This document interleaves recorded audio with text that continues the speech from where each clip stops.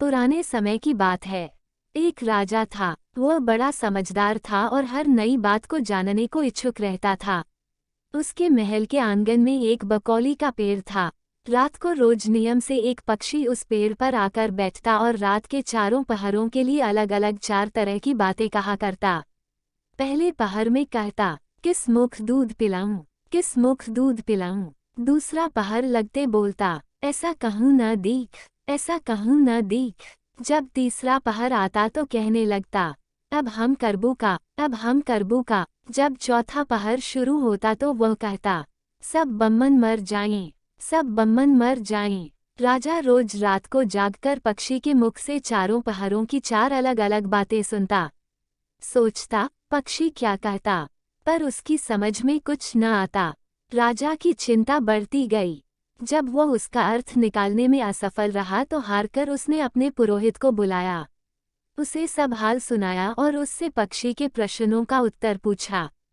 पुरोहित भी एक साथ उत्तर नहीं दे सका। उसने कुछ समय की मुहलत मांगी और चिंतित होकर घर चला आया। उसके सिर में राजा की पूछी गई चारों बातें बराबर चक्कर काटती रहीं। वह बहुतेरा सोचता, पर उसे कोई जवाब न सूझता। अपने पति को हैरान देखकर ब्राह्मणी ने पूछा, तुम इतने परेशान क्यों दिखते हो? मुझे बताओ, बात क्या है? ब्राह्मणी ने कहा, क्या बताऊं? एक बड़ी ही कठिन समस्या मेरे सामने आ खड़ी हुई है। राजा के महल का जो आंगन है, वहां रोज रात को एक पक्षी आता है और चारों पहरों में नित्य नियम से 4 अलग अलग बातें कहता है। राजा पक्षी की उन बातों का मतलब नहीं समझा तो उसने मुझसे उनका मतलब पूछा। पर पक्षी की पहेलियां मेरी समझ में भी नहीं आती। राजा को जाकर क्या जवाब दूं, बस इसी उधेड़ बुन में हूँ। ब्राह्मणी बोली, पक्षी कहता क्या है? जरा मुझे भी सुनाओ। ब्राह्मणी ने चारों पहरों की चारों बातें कह सुनाई। सुनकर ब्राह्मणी बोली, वाह, ये कौन कठिन बात है। इसका उत्तर तो मैं दे सकती हूँ। चिंता मत करो, जाओ, राजा से जाकर कह दो कि पक्षी की बातों का मतलब मैं बताऊंगी। ब्राह्मण राजा के महल में गया और बोला, महाराज, आप जो पक्षी के प्रश्नों के उत्तर जानना चाहते हैं, उनको मेरी स्त्री बता सकती है। पुरोहित की बात सुनकर राजा ने उसकी स्त्री को बुलाने के लिए पालकी भेजी। ब्राह्मणी आ गई। राजा रानी ने उसे आदर से बिठाया। रात हुई तो पहले पहर पक्षी बोला, किस मुख दूध पिलाऊं, किस मुख दूध पिलाऊं। राजा ने कहा, पंडितानी, सुन रही हो, पक्षी क्या बोलता है? वह बोली, हाँ महाराज, सुन रही हूँ। वह अद्भुत बात कहता है। राजा ने पूछा, अद्भुत बात कैसी? पंडितानी ने उत्तर दिया, राजन, सुनो, पूरी बात इस प्रकार है। लंका में रावण भयो 20 भुजा 10 शीश। माताओं की जा कहे, किस मुख दूध पिलाऊं, किस मुख दूध पिलाऊं। लंका में रावण ने जन्म लिया है, उसकी 20 भुजाएं हैं और 10 शीश हैं। उसकी माता कहती है कि उसे उसके कौन से मुख से दूध पिलाऊं। राज बोला, बहुत ठीक, बहुत ठीक, तुमने सही अर्थ लगा लिया। दूसरा पहर हुआ तो पक्षी कहने लगा, ऐसो कहूं न दीख, ऐसो कहूं न दीख। राजा बोला, पंडितानी, इसका क्या अर्थ है?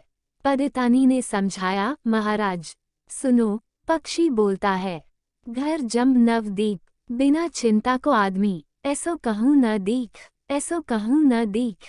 चारों दिशा, सारी पृथ्वी, नवखंड, सभी छान डालो, पर बिना चिंता का आदमी नहीं मिलेगा। मनुष्य को कोई न कोई चिंता हर समय लगी ही रहती है। कहिए, महाराज, सच है या नहीं? राजा बोला, तुम ठीक कहती हो। तीसरा पहर लगा तो पक्षी ने रोज की तरह अपनी बात को दोहराया, अब हम करबू का, अब हम करबू का। ब्राह्मणी राजा से बोली, महाराज, इसका मर्म भी मैं आपको बतला देती हूँ। सुनिए। 5 वर्ष की कन्या साठे दाई ब्याह, बैठी करम बिसूरती, अब हम करबू का, अब हम करबू का। 5 वर्ष की कन्या को 60 वर्ष के बूढ़े के गले बांध दो तो बेचारी अपना करम पीटकर यही कहेगी, अब हम करबू का, अब हम करबू का। सही है न, महाराज? राजा बोला, पंडितानी, तुम्हारी यह बात भी सही लगी।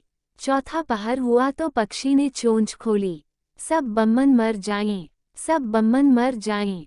तभी राज ने ब्राह्मणी से कहा, सुनो पंडितानी, पक्षी जो कुछ कह रहा है, क्या वह उचित है?